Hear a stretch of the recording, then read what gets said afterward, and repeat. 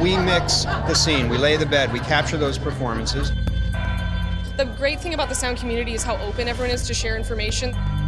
We specifically picked lav mics that would capture Christian's voice at the high level. Hey, this is Kim Kylland back with another URSA Exclusives video. We are here at the 56th Annual CAS Awards in Los Angeles, California, and we're going to go chat with some folks. Oh man, it's so good to see you. Good to see you too. Happy CAS Awards. This is my first time here. I know, it's like Sound Mixer Prom. Every year we have this. I just learned a little bit about our president, our very first founder, and our very first president. It was like in the 60s, and he came up with this idea to foster fellowship between mixers so that when they got thrown together on different projects and paired, because you typically have more than one project, he was a post mixer, a re-recording mixer, that people would be familiar with one another, so it would help to ensure the success of their project. The great thing about the sound community is how open everyone is to share information. There's no sense of like secrecy or I'm not going to show you how I did it on this job because you might copy me. It's about sharing information, and that's amazing. That's what this community is so good at. Is it's like, oh, you want to know exactly how I mic that scene? I'll tell you, no problem. Steven, it's so nice to meet you, and I'm Nice to meet you too. really excited to talk to you about Ford versus Ferrari. You got a plan? It's high risk. I thought the whole point was to win the damned race. I know that process trailers and biscuits can be notoriously hard to work with because Yes. they're loud, they're noisy, they're unpredictable. Were there any challenges in particular you faced in working with those? Well, first off, no process trailers. Just biscuit. All biscuit work. So for that, it was the basic. You put the bag on the rig, hit record, and let them go at 100 miles an hour because that's what that race car is doing. We specifically picked lav mics that would capture Christian's voice at the high level. I think it was the DPA 4066, and they go up to 150-ish decibels. They're not the greatest for just normal talking dialogue, but we did use it for Henry Ford II when he's giving the announcement to the entire factory that we're shutting down. That's the sound of the Ford Motor Company out of business. Because we knew he was going to just be loud and it was going to sound really good. So that was kind of what we did on the biscuit rig, was just wire Christian, put the bag on, hit record, and then we routed all the sound into the cameras, and they broadcast microwave back to Video Village. And so with the embedded audio into those cameras, Video Village could hear it. As long as they had image, they could hear it. Anytime you do a car driving by itself and there's a microwave system available, or even the wireless camera system, we always try to embed it because, as you know, a Comtech is going to get you 100 yards, and sometimes those video feeds on an open road can get you a mile. And I just don't want the static and any delay that the microwave adds. It's, since the audio is embedded, it syncs up and they can watch it even if it's a half second off. So that's kind of our trick to make sure that people in the video van or Director's Village can hear it. We also had the biscuit rig we used in the first race. Great driving. What happened to your shield? New design. We radio mic'd the actor in the Corvette, but we had the recorder in Christian's car. And so he came up and, was imperfectly in frame, but his radio mic worked. It didn't work when he's 25 feet behind us because they're driving on the racetrack, but as soon as he gets up in frame, radio mic clicked into service, and then you could hear his line perfectly, and then he would drive away and it would go out again. So those are those moments where you just trust the equipment.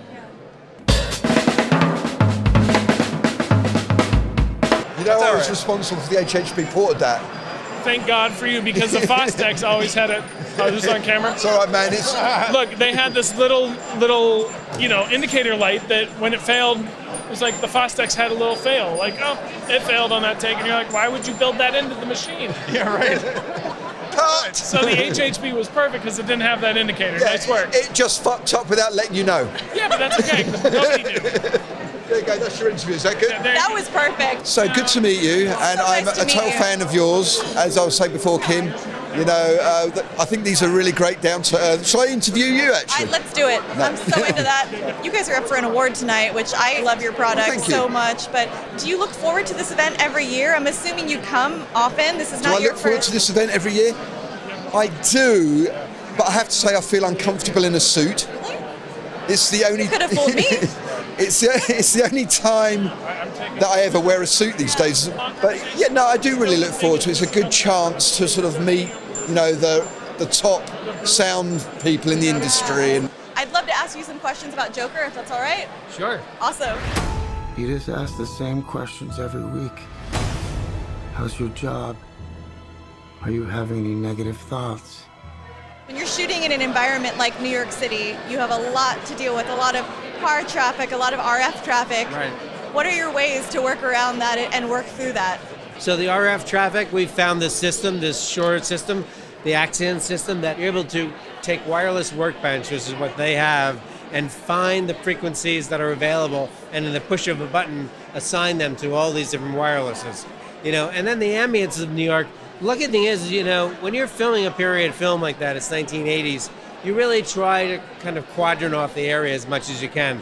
And then you also use period cars and other period, you know, props that are things that we want to record. And I'll put a lot of microphones out, you know, use multiple microphones, and I'll put them in all sorts of different places, and ambient microphones in that to try to capture it live. A lot of plant mics. Just try to capture a live environment for post-production. So much of it was about Joaquin. So we decided early on to have a wire on him 100% of the time, no matter what he did. That laugh that he would do.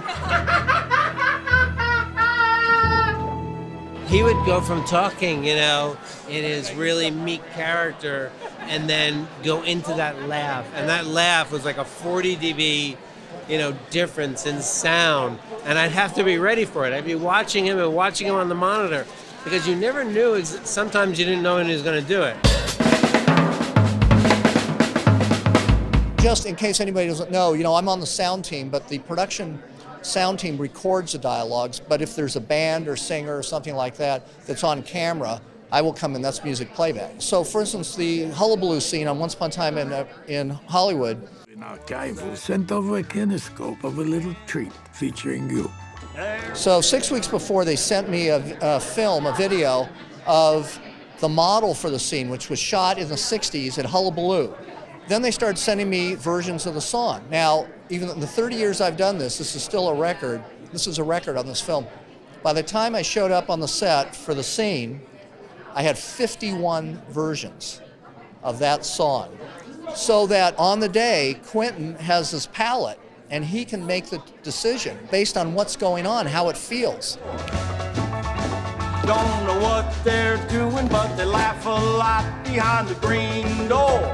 And the first couple takes, I gave Leo and the dancers earwigs, which you know what they are, but you know they're little hearing aids that you can transmit the music to, so we could get a clean recording. Well, we did a couple takes that way, and then Quentin said, no, I want to do it without the earwigs. Do it on the speakers. And I said, well, Quentin, you realize if you do that, you're going to have leakage. You're going to have leakage. Let me give you a hug in a minute. This is a dude. I love this guy. And you're married to it in post. No, that's the way I want to do it. I said, fine, you know, that's great. So I played it on the speakers. Me in so I can find out what's. But after we were done, I realized the reason he's the great director he is, because it's not enough that the sets, the costumes, you know, everything else is authentic for 1969. He wanted the technical apertures that we use, the technical apparatus. He wanted that the same as in the 1960s. And that's the way they did it in 1960s. Over speakers, that's correct. That's right. Over speakers, and because they didn't have earwigs. And then there's a guy called the sound mixer who would actually be mixing that, and that would be what it was. The mix happens, and that's what we do. That's why we're called sound mixers, not recordists, not anything else. We mix the scene, we lay the bed, we capture those performances, and Quentin is invested in that as not as a sound notion, but as a filmmaking notion. It's about performance. What sound adds to picture is so exhilarating. It's really half the movie. Movie, sight, and sound. I started on this film when I was still a student, and I was the director was my professor, and when she first told me that she was working on it, I just knew, it's like, I got to get on that movie. He's in shock. Get him out of here. You know, making sure you're getting the sort of the nuances of a comedy like this. And the sort of capturing the dialogue when we've got things like Fleabag, who she likes to turn to camera and tell you her sort of inside thoughts, and then go back to the conversation she's having with, the other characters. It meant that there was, that did throw up quite a lot of challenges. I'm gonna send you money. It's just that the guy that controls my money, we're in a really weird place right now. Okay. Well, the trickiest part with it is that it was a stunt-heavy episode, and the whole scene that we did in the house was majority one take, so there was no cuts. And this is Corey. He's my second boom and the microphone artist. He puts all the body levelers. He has the touch. So he was able to get them on the people doing the stunts so that we could use this. So with a long one-take scene, I mean, it's probably really important to just make sure that everything is up and running as it should be before you get going. Everything has to be perfect. There's no call and cut. There's multiple ways to be creative, right? You can be on the front line with a camera or using the sound tools to record the sound, but we're creative as well in our own way. We create products that enable people to be creative. Dialogue Match, I think, is a perfect example of that product, and we really appreciate all the support in the community from people who have helped us develop this product. Toy Story has been going strong since I was fairly young. I remember it coming out in the cinema in the early 90s and loving it, so I'm really happy to see you guys win tonight. You weren't even born yet. I swear to God I was.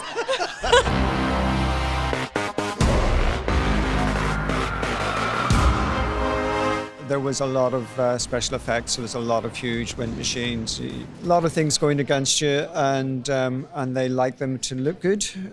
I had it explained to me once. They were shooting a scene and they had to throw huge wind machines and snow machines at it, and I, argued the case. And one of the producers came to me and apologized and said, "It's very simple. It's cheaper to fix sound than picture." That was it. And really, when it breaks down to you, you kind of go, okay, it's nothing personal against me. I understand what you're saying now.